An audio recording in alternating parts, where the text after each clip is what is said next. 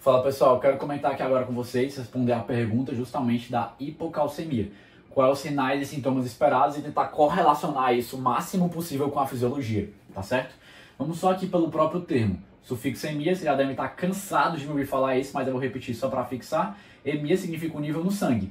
Cálcio, né, de cálcio, nível de cálcio no sangue, que no caso estaria baixo, hipocalcemia. Tudo bem? Então vamos lá.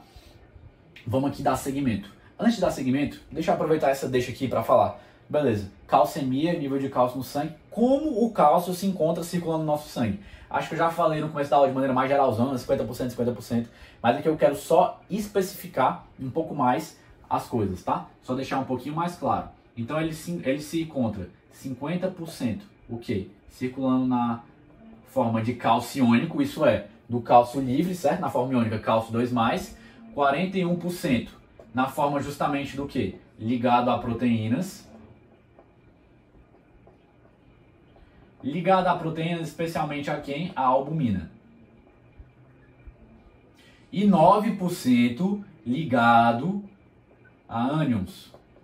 Certo? Então só essa revisão geral, é um gráfico que o Guyton traz, se vocês quiserem depois revisar, mas eu estou só citando aqui para vocês já revisarem comigo, tá certo? Então vamos lá, vamos aqui dar seguimento. O principal efeito da hipocalcemia vai ser o quê? Vai ser um aumento da excitabilidade do sistema nervoso.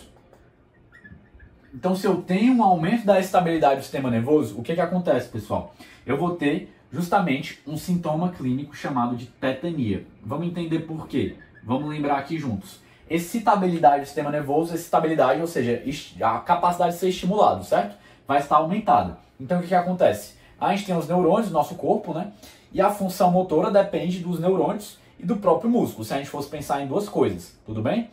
A junção ali do neurônio e músculo é justamente o que a gente encontra na placa neuromuscular, na junção neuromuscular. Se vocês forem lembrar da revisão de fisiologia, geralmente coisa que é mais vista no primeiro semestre. Então, se eu aumento a estabilidade do sistema nervoso, por que eu posso ter a tetania? Porque eu aumento a capacidade de estímulo do meu neurônio. Se eu aumento a capacidade de estímulo do meu neurônio, pode acabar ele sendo estimulado assim espontaneamente, mesmo sem dar um comando consciente, isso vai gerar um espasmo, certo? Pegando aqui a ideia do bíceps, né? Digamos que fosse um neurônio conectado aqui no bíceps. Então vai dar um espasmo e pode dar aquele espasmo carpo-pedal, toda aquela coisa. E também esse aumento da estabilidade, que causa a tetania, também pode dar outros sinais semiológicos, que eu vi algumas monitoras comentando e eu vou comentar aqui rapidamente. A exemplo, por exemplo, do que? Sinal de Chevostek e sinal de Trousseau, por exemplo. Chevostek é aquele que você percute aqui o nervo facial e Trousseau é aquele que você insufla o manguito até dar o espasmo carpo-pedal. Carpo-pedal, porque aqui é a articulação do carpo, certo?